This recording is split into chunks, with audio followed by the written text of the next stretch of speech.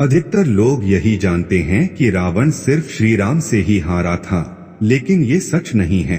रावण श्री राम के अलावा शिवजी, राजा बलि, बाली और सहस्त्रबाहु से भी पराजित हो चुका था। इन चारों से रावण कब और कैसे हारा था अब हम जानते हैं।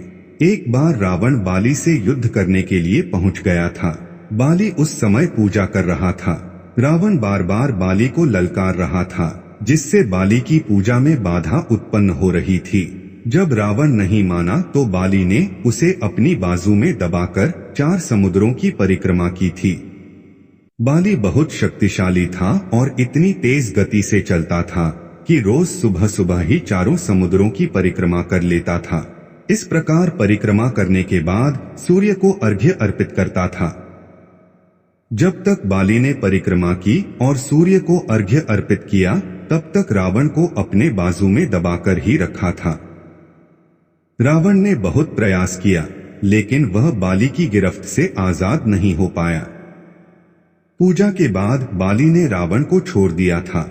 सहस्त्रबाहु अर्जुन के 1000 हाथ थे और इसी वजह से उसका नाम सहस्त्रबाहु पड़ा था। जब रावण सहस्त्रबाहु से युद्ध करने पहुंचा तो सहस्त्रबाहु ने अपने 1000 हाथों से नर्मदा नदी के बहाव को रोक दिया था।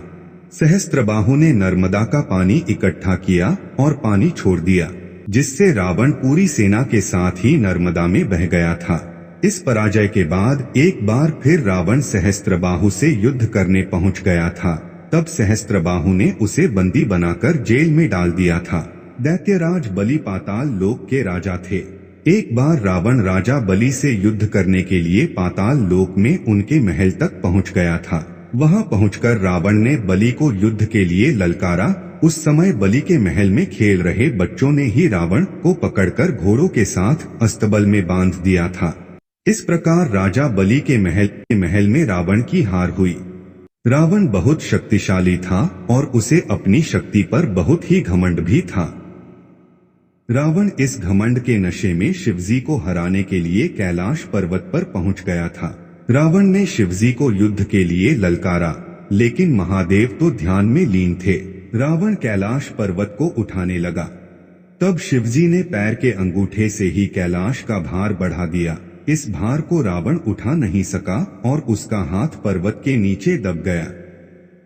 बहुत प्रयत्न के बाद भी रावण अपना हाथ वहां से नहीं निकाल सका। तब रावण ने शिवजी को प्रसन्न करने के लिए उसी समय शिव तांडव स्रोत रच दिया। शिवजी इस स्रोत से बहुत प्रसन्न हो गए और उसने रावण को मुक्त कर दिया। मुक्त होने के पश्चात रावण ने शिवजी को अपना गुरु बना लिया। दोस्तों, हमारी कहानी कैसी लगी कमेंट करके जरूर बताएं और हमारे चैनल को सब्सक्राइब जरूर करें और लाइक भी करें।